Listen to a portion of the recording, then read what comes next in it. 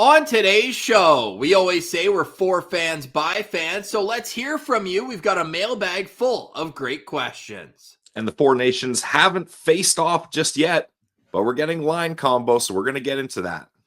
This is Brady Tkachuk, and you're listening to the Locked On Senators podcast.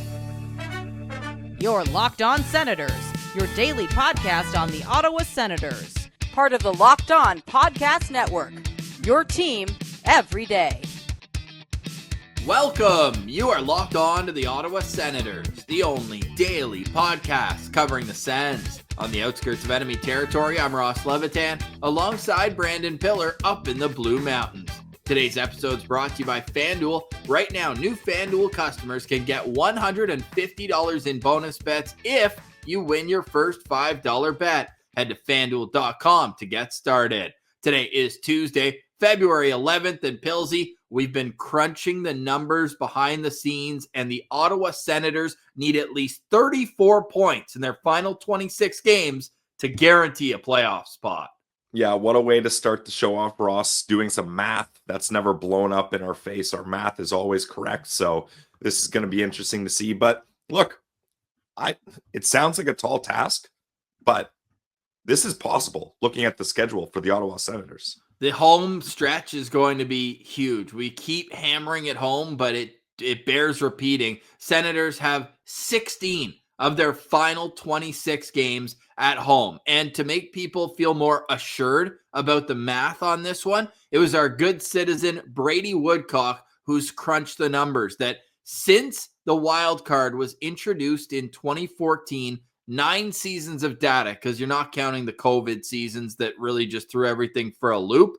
But that's the average that it's made to make the playoffs. The most, 100 points 2 years ago, the second wildcard spot, but the lowest was 91. So if the Sens get to 96 points, that would be a very good indication that this team will qualify for the playoffs for the first time in 8 years.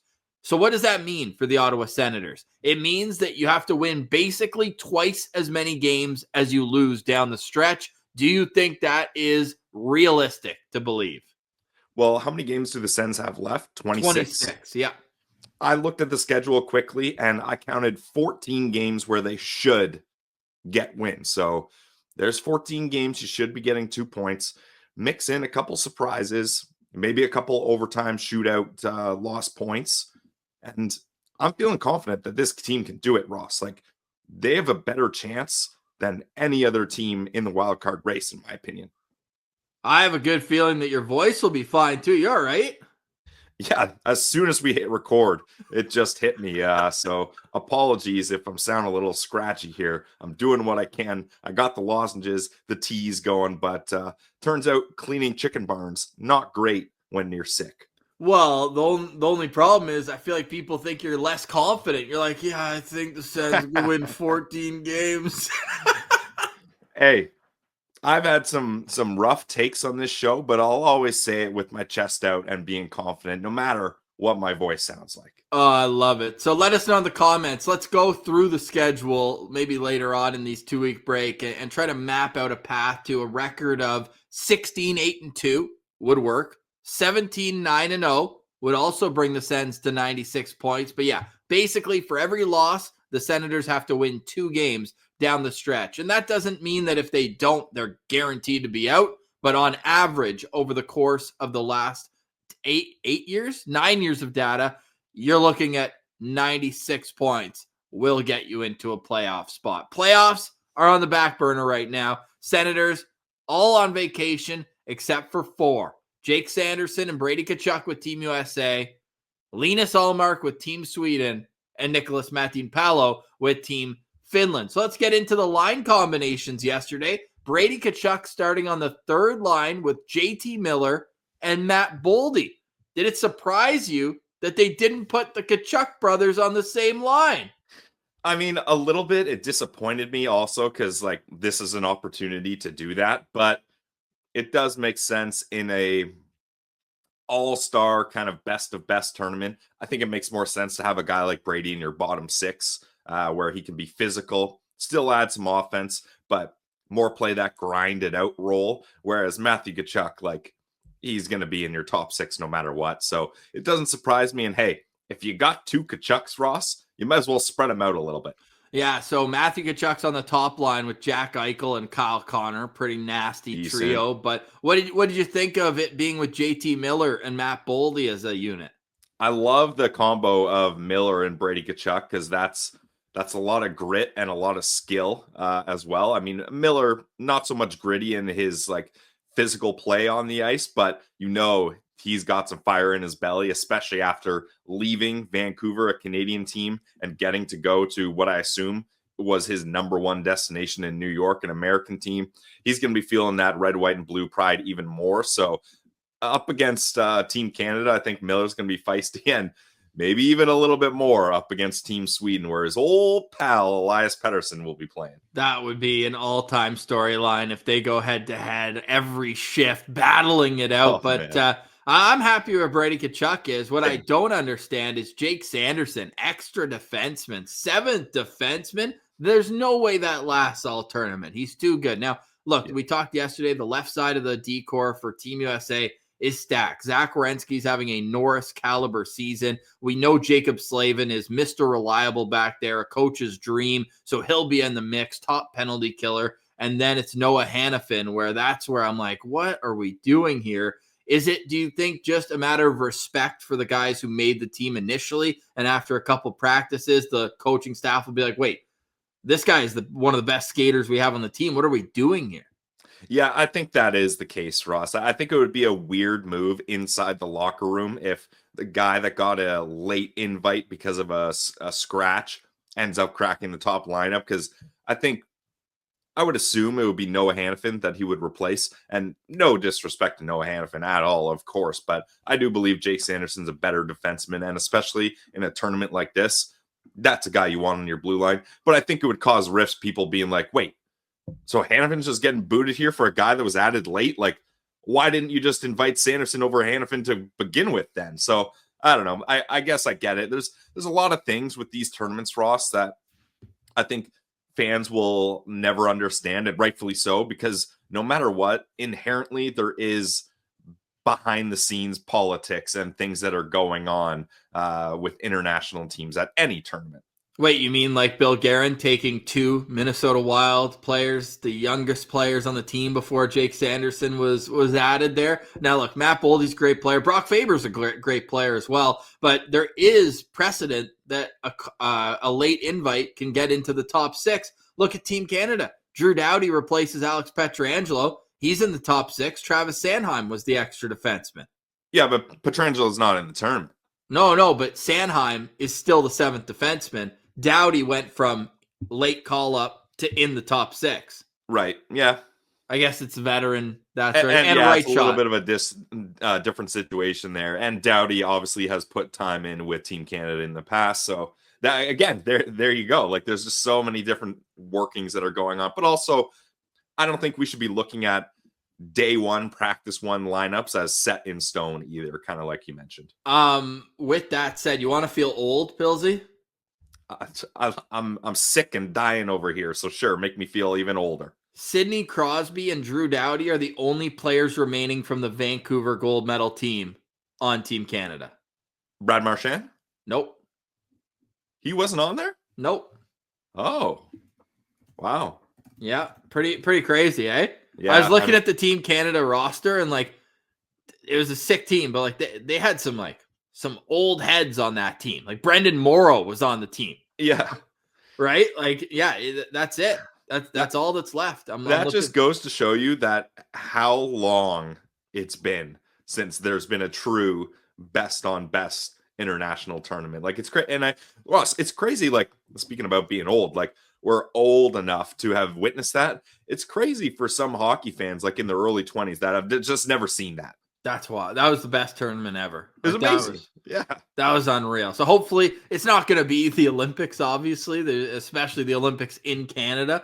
But the atmosphere at the Bell Center tomorrow night for Canada versus Sweden is going to be incredible. Speaking of Team Sweden, we got their lines, but not their goaltending situation. If it's anything like Team Canada, we'll probably find out later today. John Cooper said yesterday that he needs to tell the goalies who's playing before he tells the media. Smart. Don't Who's have Travis Hamonic to make the decisions mid-game. Yeah. Go and let him know, hey, Forsey, you're out, buddy. So we'll see if Linus Ullmark gets the start. I would hope so against Team Canada. If he's going to be there, he may as well play, right? Like, we were kind of against him going, but what if he's on the bench and has to go in cold? That's the worst case scenario. Yeah, and I'm glad you brought this up because I think this is a fascinating conversation that has divided Sens fans, but I don't even think divided that evenly, Ross. It's like our most recent poll. I think most Sens fans are leaning one way, that they're really nervous about Linus Ullmark playing, and I don't think there's a lot of Sens fans in the category being like, I'm so excited for him to play for Sweden. Can't wait to cheer on our Sens goalie playing in the Four Nations tournament. Like, I think majority of Sens fans are like, he really shouldn't be playing much, because imagine he tweaks that back. But you do make a good point. I think I'll agree with you. I'd rather him play a game knowing he's going to start and prepare himself in the best way possible, rather than, let's say, midway through the second period, Gustafsson has a stinker and Ullmark has to go in cold after sitting on the bench for nearly an hour. Like, that's probably not good for a guy in his 30s with back issues either. We'll find out very soon, and we'll tweet it out at Sens Central on Twitter. And on that note, just going back to Jake Sanderson, a lot of people are saying, man, I hope he doesn't kill penalties if he does play. So maybe let Noah Hannafin go and be the shot blocker and be the guy getting in front of pucks. That's a good point, because if there's one thing we know about Sanderson is he's been able to really increase his ability to block shots. And yeah, getting a block shot injury, yeah. So, hey, hopefully everybody stays healthy, and hopefully we get a great... Throughout the whole tournament, Ross, like, not even from Sens fans. Like, it's just such a bummer to see major star players get hurt away from NHL games, and then that affects their team and the rest of the NHL season, because that really puts a damper on these tournaments. And that's probably the main concern about doing these, especially mid-season, right before trade deadline. Rapid fire, Pilsy. Who's got the best forward group at this tournament? Oh, Canada. Canada's forward group is wild. You think you're like getting past it once you get past McDavid, Reinhart, and Mitch Marner, and then Sidney Crosby with Mark Stone and Nathan McKinnon. Oh, and then you actually have to deal with a 50-goal scorer on the third line, Braden Point, Brad Marchand, and Seth Jarvis. Seth Jarvis and Brad Marchand, that's like looking in a mirror at each other, those two guys. They're going to be so tenacious on the puck and open up so much space for Braden Point's speed. And then the fourth line, like, this would be a number one line in the NHL. Anthony Cirelli with Brandon Hagel and Sam Bennett. So I'm with you there. I think Team Canada's got the best forward group. Easily. And I honestly don't think it's particularly close. Like, sure, you can give respect, especially to the top six for Team USA, but Team Canada's top six is unmatched in this tournament. You don't like that? You don't like any of the players on the third line for Team USA? None of them pop out to you? Yeah, Brady Tkachuk's a stud, but okay. Is the Team USA third line better than Canada's third line? No. I think that line's close. Those third lines are close, though. The fourth line for Team Canada is better than the third line for Team USA. Wow. Dude, Brandon Hagel has 62 points this year. Yeah, fair. 62 points. He's on the fourth line. Yeah. How about the D-Corps, Pills? Who's got the best one in the tournament? I still probably lean Canada. It's not Finland. Yeah. Sorry, Nicholas Matinpalo. We love you. Seventh defenseman, by the way, Matinpalo. But I think he'll get in for Urho Vakanainen at some point this tournament. Yeah, I just think, especially Ross, with no Quinn Hughes. If Quinn Hughes is on Team USA blue line, I think that really narrows the gap. Or Jake Sanderson, not in the top six right now. I mean, we're counting all seven players here. We just included Nicholas Matinpalo in our discussion. Sure. But I mean, when you have Cale Makar, and especially Cale Makar with Devin Taves, it's just like those two already have chemistry together. So it's not like you're putting an all-star out of position or with someone he's not familiar with. So he's going to be on top of his game. And then you know better than anyone, Ross, how good Josh Morrissey is and how kind of underrated he might be around the league. Yeah, definitely. No, I don't mind that. Low key, though, Sweden's got an elite defense. Even just like Hedman and Dahlin and Matthias Ekholm. And then on the right side, Jonas Brodin. He's missed a lot of time with injury this year, but he's a great player. Carlson on a power play is still Erik Karlsson. Team Sweden's got a great decor and great goaltending, but Team USA has the best goalies in the tournament. You could make an argument that Jake Ottinger and or Jeremy Swayman would be the starter for Linus Ullmark when he's on top of his game is I think there, but outside of Ullmark, like those two guys, Swayman and Ottinger, would be the starter for the other three teams. Especially Canada. I mean, I'm not the biggest Swayman fan, but still, he's better than any three of the goalies Team Canada has easily. Yeah, and we didn't even mention Hart Trophy candidate, almost a guaranteed lock for the Vezina. Connor Hellebuck will be the starting goalie for Team USA. We expect, again, the starting goalie is not named yet. It'll be Hellebuck. It'll be Connor Hellebuck. You've never been wrong on starting goalies before, though. Let us know your comments and your thoughts on the Four Nations. We'll have a little bit of a preview of the Canada-Sweden game tomorrow night, and then Finland will take on Team USA on Thursday, all leading to a head-to-head Canada-USA matchup on Saturday night from Montreal. On the other side, we'll get to our mailbag. We've got lots of great questions on Twitter at Sens Central. We'll read them off, and we'll give our thoughts. You're listening to Locked On Senators, your team every day. Today's episode is brought to you by our friends over at Indeed.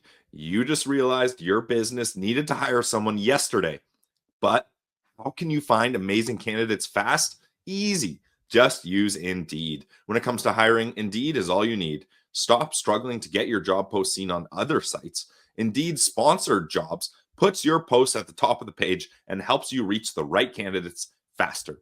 Have you ever been in a spot where you need the right hire like yesterday? The pressure's on, and every day without the right person is setting your business back. That's exactly when Indeed sponsored jobs comes in handy. They make sure your post is seen by the right candidates right now. Now you can speed up your hiring process with a $75 sponsored job credit.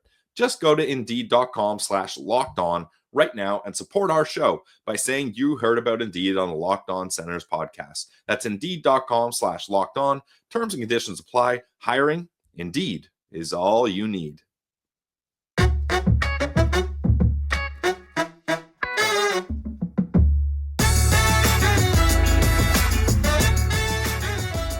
All right, Billsy, we've made it to the mailbag. Always love hearing from the citizens out there. What's on your mind after 56 Ottawa Senators games? There's a great mix of questions, even a couple non-hockey related ones, but lots of Senators content as well. So as we do on the mailbag, we'll just pull it up and run it down here. And some of these we're seeing for the very first time. So question, no relationship questions, by the way, for Pilsy. We know he made a big splash with his thoughts on the Jacob Chychrun return.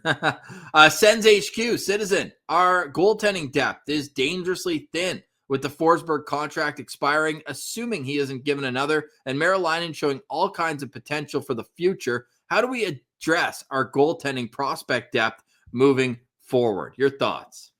Yeah, I think it's a fair point. I think, unfortunately, Anton Forsberg's time as an Ottawa Senator will not extend past this season. Thank you for your service. Maybe not even past this deadline. We'll see what happens.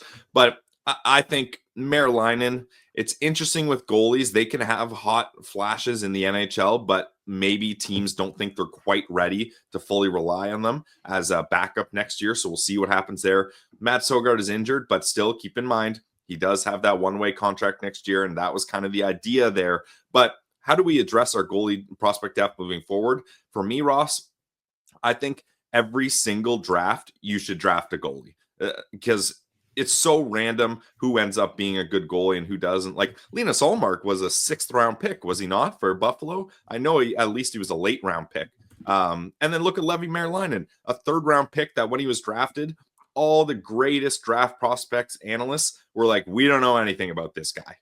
And now look at the kind of goalie he is here. And I would even go as far to say, Ross, you should really only draft goalies with 3rd and beyond picks, because the top guys, unless you're getting a top 10 talent, even if you do, there's no guarantee they're going to pan out. And if they do, it takes usually 3 to 5 years for them to at least reach a spot in the NHL where you can consistently know their potential. Yeah, I think that's a fair point. What I'd say is Are you just developing goalies for other teams, though? Like, how many Sens prospects end up on other teams? Like, goalies don't hit their peak until 28, 29.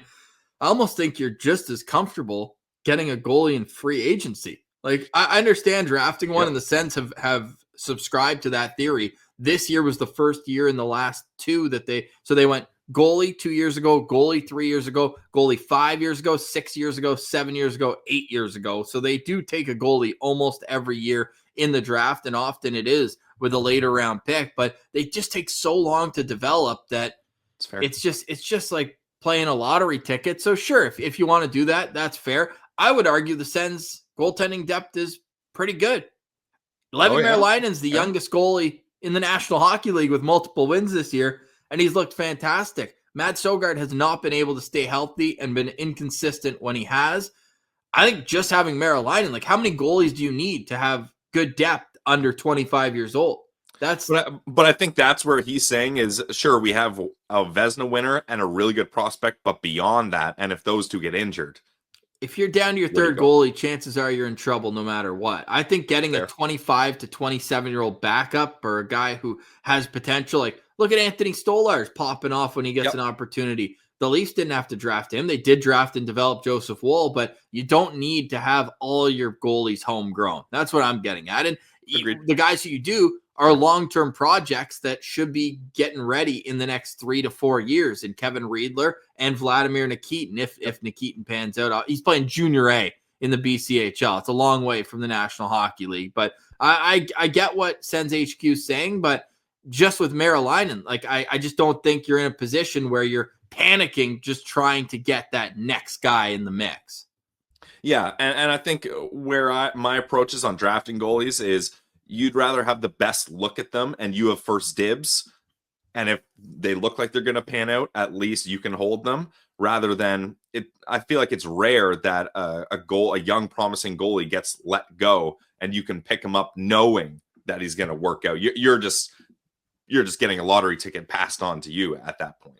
Tyler says, who's your ideal trade deadline pickup, and how do you feel Four Nations could affect Matin Palo staying on the NHL roster? I'll quickly handle that second question. I think Matin Palo's strength and ability to be decisive in his movements and decisions is going to have, like, I think he's an NHLer. I do. I think he's 26 years old. Like, it's not like he's a real prospect anymore. So I don't know if this tournament's going to really affect that. Heck, we don't even know if he's going to play in this tournament. Might just be a seventh defenseman. But the trade deadline question, there might be a couple more like that coming up. And the cap space is the real issue here. The Sens have $880,000 in deadline projected cap space. So they're going to have to be creative if they're going to pick somebody up.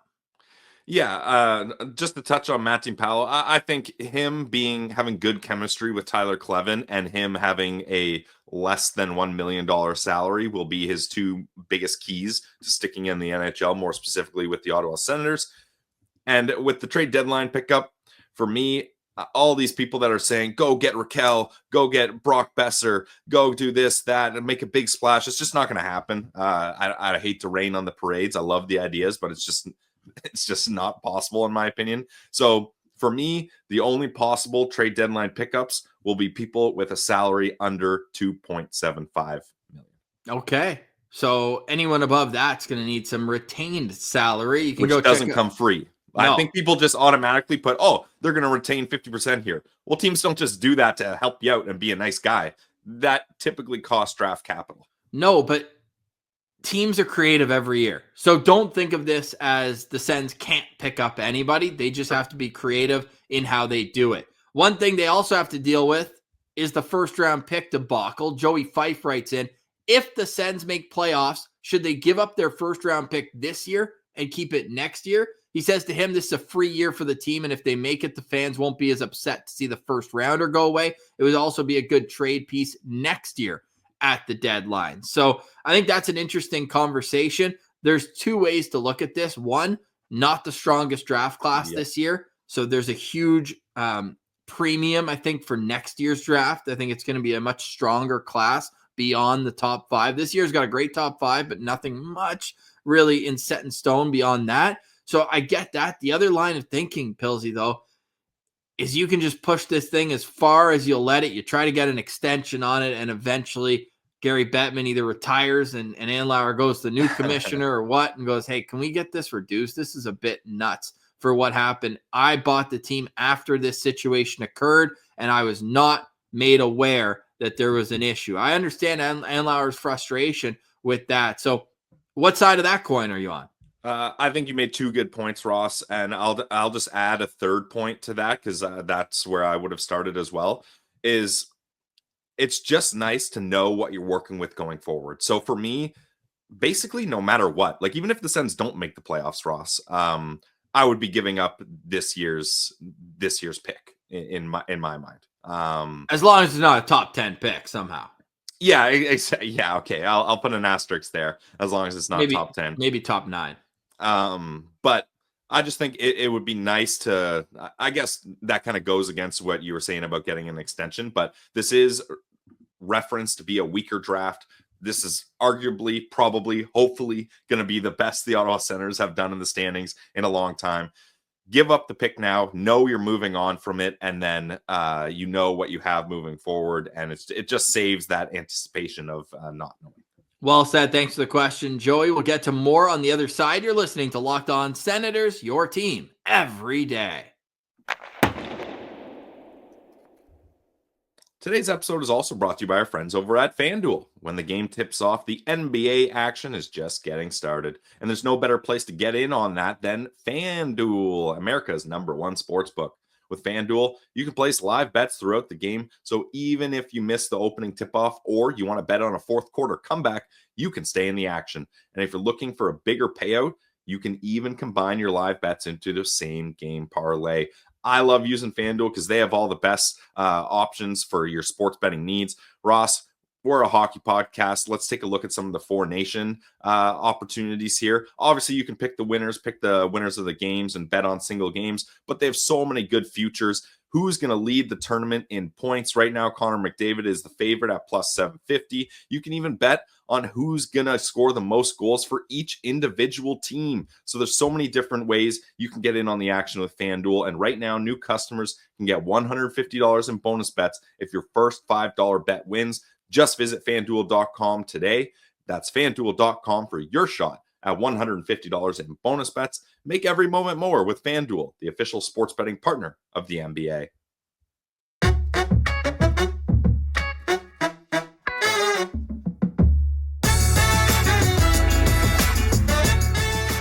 All right, Pillsy, love me a mailbag episode. I got a message from a prominent member of the Sens media team saying that it means we don't have much to talk about. What are your thoughts on that?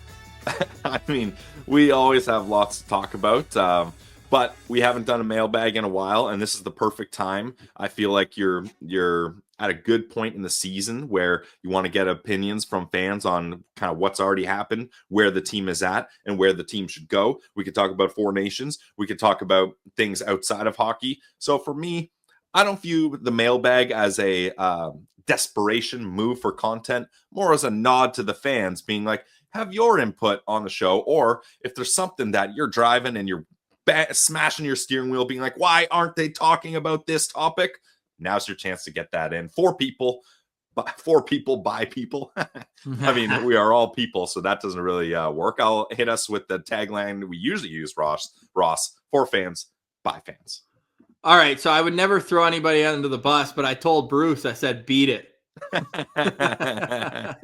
Oh, we love Bruce. That impromptu call to Bruce on the episode a couple weeks ago is all time. So Bruce, love it. But maybe Bruce should have put a mailbag question. Well, and Bruce, we would have answered it. Bruce is a capital J journalist. He got the call. He's heading to Montreal for Four Nations. So kind of desperate. He's covering like non-NHL games now. Maybe we'll catch up with him later on. Matt writes in, now that Heatley's made podcast appearance, I know that he is our white whale on this show. He's sure that Ian can make it happen. When's Heater going to be a guest on LOSP? I'll open the floor. It is an open invite for Dan Heatley to come on Locked On Senators. Heater, I know you're listening to this, so hit us up. Love to have you on. Sens fan in QC, what will happen first? This is a great one. Sandy hitting 60 points. He's on pace for 54 this year. Or Timmy hitting 100 points, got a career high of 90, and he's on a 95-point pace right now. Or he was. He was. I think he's at a point per game right now. So he's on pace for 82. Okay, yeah, that makes sense. I'm going to go with Tim Stützle getting 100 points, not because I don't think it's likely or possible that Sanderson will get 60, Ross, but speaking of Danny Heatley, it's been too long since we've had an Ottawa Senators player in triple-digit points, and that's what I want to see more than anything. And yeah, Ross, you are right. He's projected for 82 points, Tim Stützle, this season. So he's going to have to really ramp it up to make up that 18-point difference, but that's what I want to see first.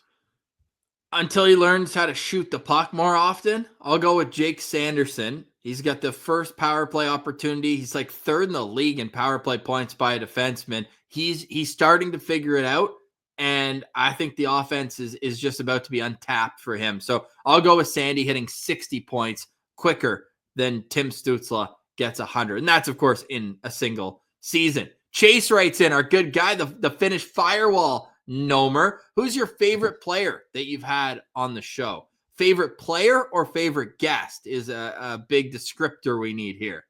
Yeah, because there are two different answers. For me, it's easily Brady Tkachuk. That was, in my opinion, one of our best interviews and episodes ever. If you haven't watched it, get over to YouTube and watch that, because Brady was an all-time, all-class guy. He gave us a lot of good answers. We get into a lot of fun stories about his teammates and just the aura that Brady Tkachuk has. You could feel it through the screen. So for me, I'll go with Brady Tkachuk. I have some honorable mentions too, but Ross, I'll pass it over to you. Well, obviously, Mark Mathot, what he's done for us too, just by being a good guy and becoming like a friend to an extent, where we have the group chat going, and he's the most active guy in the friggin' group chat. We can't shut him up sometimes. But Mess, obviously, a huge friend of the show, so we appreciate him. I'll go old school just because as a goalie, I grew up with him. Having Brian Boucher on was all time. Oh, and I mean, goalie turned broadcaster, like the way he's able to break down the game is just so informative and entertaining. And he's got some good stories as well. How Alex Ovechkin almost ruined one of his son, Tyler Boucher, Ottawa Senators prospects, birthday parties with that famous Ovi goal where he's on the ice. Well, and he almost killed Tyler. Joe Thornton did. Yes. Yeah. Yeah, so that's a great one. For me also, man, I miss Igor Sokolov. We had so much fun having Igor on. We know he's doing well in other places though, so that's good to hear. But Igor is just such a blast. Like, he would just make us laugh without even knowing he was being funny. And he came on the guest.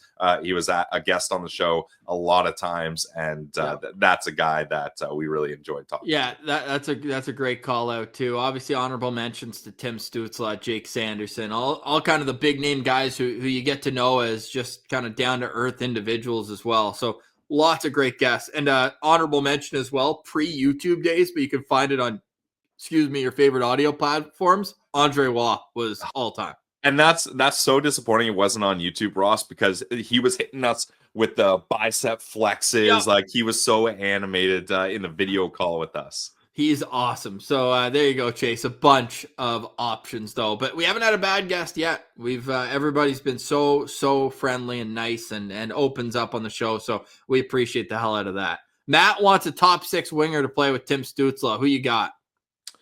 I mean, are we talking like realistically they can get them at the deadline, or just who do I want? Both.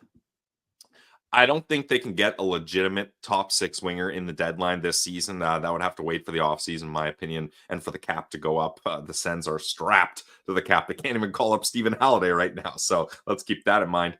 Ross has said this, so I'll just kind of echo it, is the number one attribute for a winger to play with Timmy is the shot and scoring ability. So anybody that can put up 30 goals will work for me.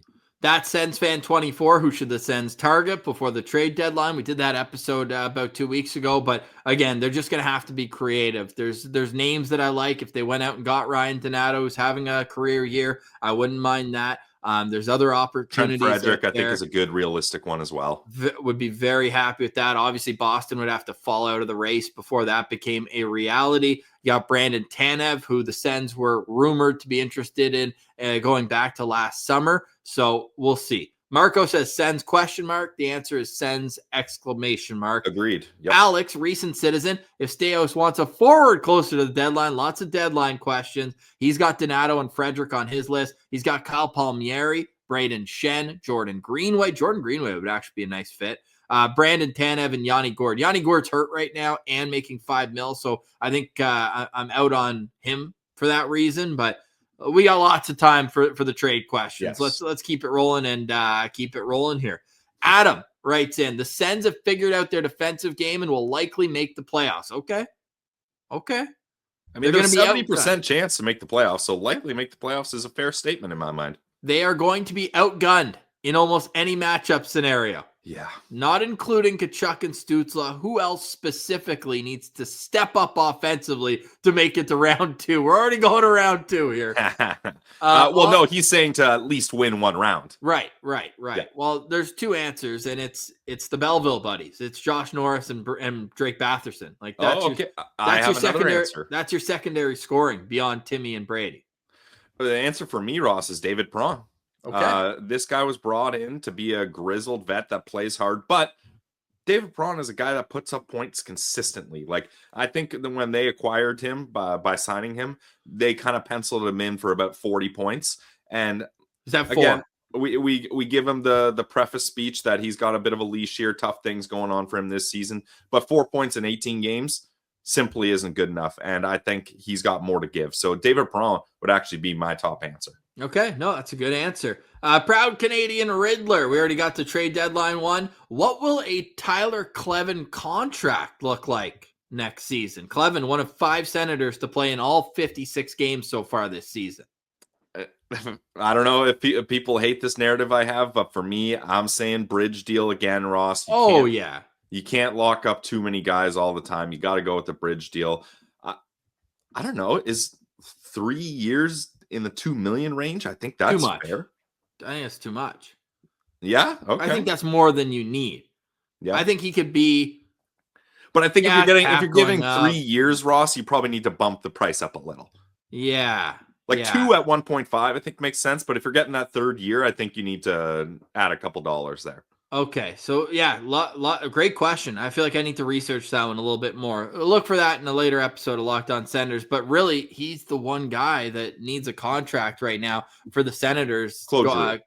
Of course, but in terms of RFAs, guys who you have control over that you can kind of not put on the back burner, but that you can be like, okay, like here's what we're offering, and we'll go from there. The only other RFAs are Noah Gregor, Jacob Bernard-Docker, Nicholas Matin-Palo, and Levi Marilainen. That'll be an interesting one as well. It's Friday night and the fridge is empty. What's the go-to going out meal? I'll give you my DoorDash order right now. You're a huge DoorDash guy. This is going to be impossible for you to answer. No, I've been going back to Joey's recently. Oh, yeah? That's funny. I know. The prawn lettuce wraps are my kryptonite. Okay, because for classic, I'll call them sit-down restaurants, I find the takeout doesn't stand up. Like, that's something you need to eat right as it comes out of the kitchen. So you get 20, 25 minutes between being prepared and you eating it. It doesn't always hold up for me, but a lettuce wrap, that's something that could do it. For me, easy choice, Chinese food. Nice. No matter where you order it, it's going to be the same every time. It's cheap, and you're going to eat it. You're going to be full, and you're going to have leftovers for tomorrow. So for me, it's Chinese food. I'm a Thai food guy for that. Like nice fried rice, pad Thai, green curry. Fire me up. Love it. Great question. That's fun. Dave, next time anyone from Sens management comes on, he wants them to paint the exterior of the CTC black and red, so it's not gray and salmon. That's a big job. Yeah, it's a big job. And I think if you're looking at building a new arena, you're not going to put a bunch of money and time and effort into sprucing up the old one. Glenn's rap. What changes, if anything, would you make to the CTC? And don't you dare say hot water, Pilsy. I would never. It wakes you up, the cold water. You're like, sleepy first period. Woof. I'm back for the second period after intermission. Oh, the change I would make easy. Get Shawarma Palace in the building. Yeah, Boom. that's a great call there. Travis Green Machine, what are your thoughts on the Sens being interested in Luke Hames, Ottawa native, playing well this season at Dartmouth College? Look, I just think it's a free prospect, free flyer, but when's the last impact player to come out in this situation? Yeah, it doesn't happen very often. This is the first day where Luke Hames has come across my desk, Ross, so I don't know a lot about him.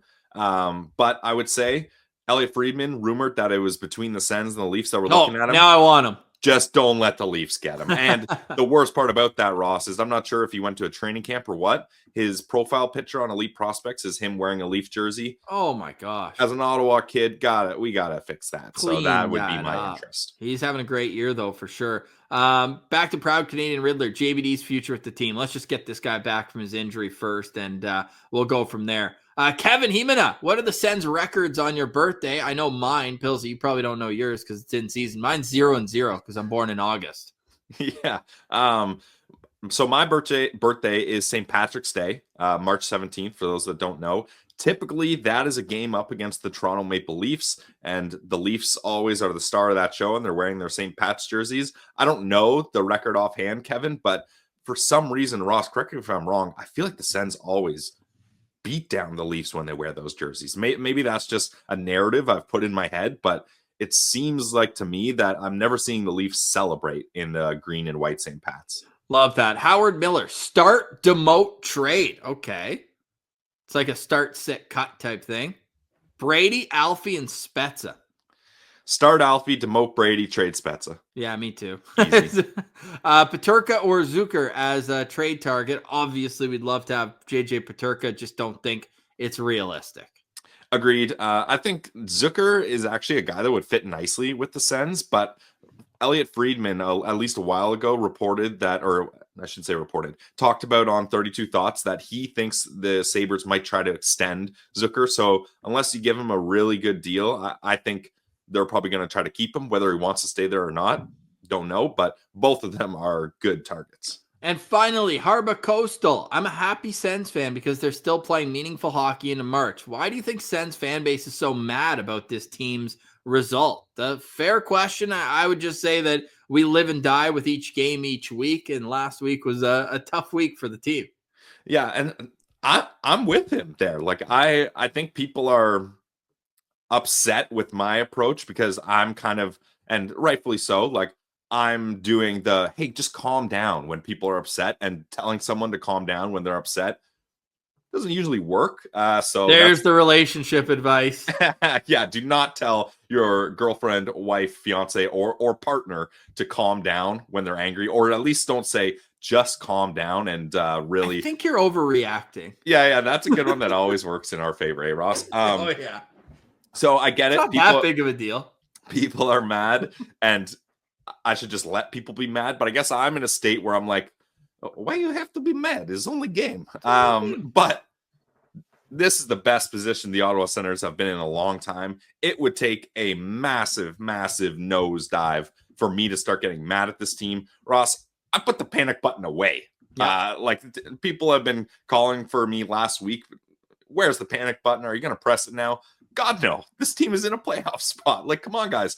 They have a 70% chance to make the playoffs. They have one of the easiest strength of schedules. They got a lot of home games left. They got 2 weeks here to get more healthy. Like, am I stoked about how last week went? Obviously not, but I still think this team's in a good position, so I'm not about to be mad. No, me neither. I think that we've always kind of taken that positive approach whenever we can. So definitely not mad about where they're at, but with that pressure of high leverage situations each game, the temperature rises where you're even happier or you're even more pissed off if things don't go your way. So I think it's just that heightened adrenaline, and whether you win or lose, that's kind of what you're going to throw out into the world. And we know that Twitter's a microcosm or a bit of a sounding board for that sort of thing. So I'm just excited. They're playing meaningful games down the stretch, and they're pacing the wild card race at the time of the Four Nations break. We're going to get to a Four Nations preview of the game tomorrow, and we've got a Sens Central Citizen. Pilsy, the Belleville Sens are also in Ottawa tomorrow night to take on the Laval Rocket.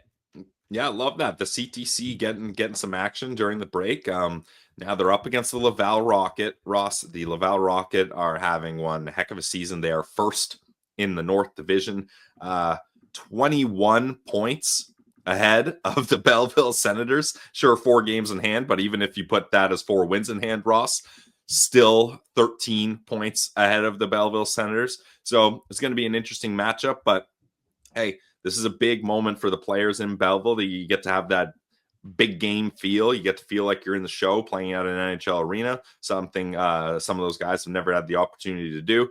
So I hope they really put a beat down on Laval, especially this is kind of midway territory for both teams geographically. So it'll be interesting to see how much of each fan base shows up here. Yeah, looking forward to that. I still remember back in the day when Binghamton came and I went just to see Ray Emery play and that sort of thing. So go see the Sens of tomorrow. Levi confirmed starting in the game. Yep. They're going to be using the Sens dressing room. So it'll be a full Sens experience for the Senators of tomorrow. If you're going to the game, we want to hear from you afterwards. Let us know who stood out as well in that one. Pillsy, any final thoughts on today's show? Yes, final thoughts for me, Ross, is we had a poll on from yesterday's show. Now, quite a sample size, 1,271 votes at the time of recording.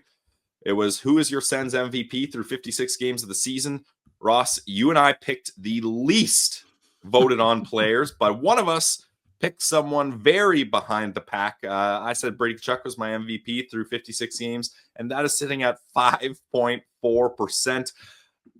Ross is pulling it up on YouTube here. Ross, I know you were probably hoping more people dunked on me and roasted on me. Producers Ross' favorite bit is getting Sens fans mad at Pillsy's takes. So take a victory lap here, Ross. But look, if you want to say someone else was the MVP, that's totally fine. But I stand by the fact that I think Brady Tkachuk has been this team's MVP, the captain of this team. He leads the team in goals. And the kind of thing I was thinking about last night, Ross, when I saw this poll go south for me was, what would happen if Brady Tkachuk got injured or was not on this team? How much of an effect would that have on this team's ability to win games? And that really stood out for me, especially Ross. He has dominated in overtimes. He's got 3 overtime game-winning goals. The next closest are all at 1, Sanderson, Norris, and Shabbat. So, he comes up clutch when he needs to. So, even though I can admit maybe I'm wrong here, but if I have to stand up as a take